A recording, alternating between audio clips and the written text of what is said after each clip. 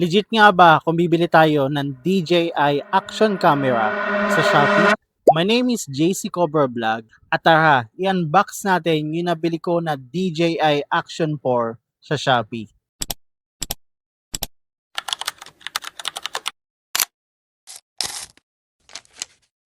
Ito siya mga bossing at umabot ng almost 2 days bago siya dumating. Medyo natagalan lang siya doon sa SOC 4. Pero I think kung hindi siya nagtagal doon, baka 1 day lang nakuha ko na to agad. Anyway, standard combo lang yung binili ko at nakuha ko lang to ng 12,000 pesos at ginamitan ko siya ng SPay later na 0 interest for 3 months. So, hindi na masama, di ba? So, na-unbox ko na siya at hindi ko na ipapakita sa inyo kung paano ko siya in-unbox. Pero ganito siya kalaki. So, legit yung dumating sa atin. Standard combo, may kasama siyang camera, yung battery, at magnetic case. Mas pinili ko yung Action 4 kaysa sa Action 5 kasi konti lang daw yung difference nila.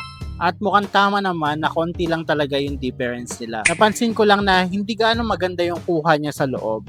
Pero kapag sa labas, sobrang ganda niya. Pero bago lang ako sa mga action cam, siguro may setting sila na ginagawa para maging mas maayos o mas malinaw yung kuha sa loob ng bahay.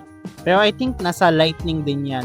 Siguro medyo pangit lang talaga yung lightning na nasa akin ngayon. Eto na, nailagay ko na siya sa case at may kasama din pala siyang ganito. Etong handle, TNW to, hindi to kasama. Pero sobrang mura nito at ma-recommend ko to kung gusto nyo bumili ng handle para sa kanya. Kasi 200 plus lang to compare sa mga sikat na handle na nilalagay sa kanya na umaabot ng 600, 500, 400. Ito, 200 plus lang. Tapos yung mga handle na yon maiikli lang pero ito, may kahabaan. So, madalas portrait ko siya ginagamit.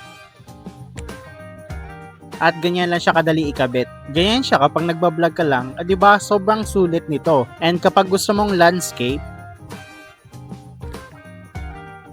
yan, ikakabit mo lang siyang ganyan. Okay na, diba? So, kung legit ba na bumili ng action camera sa DJI sa Shopee?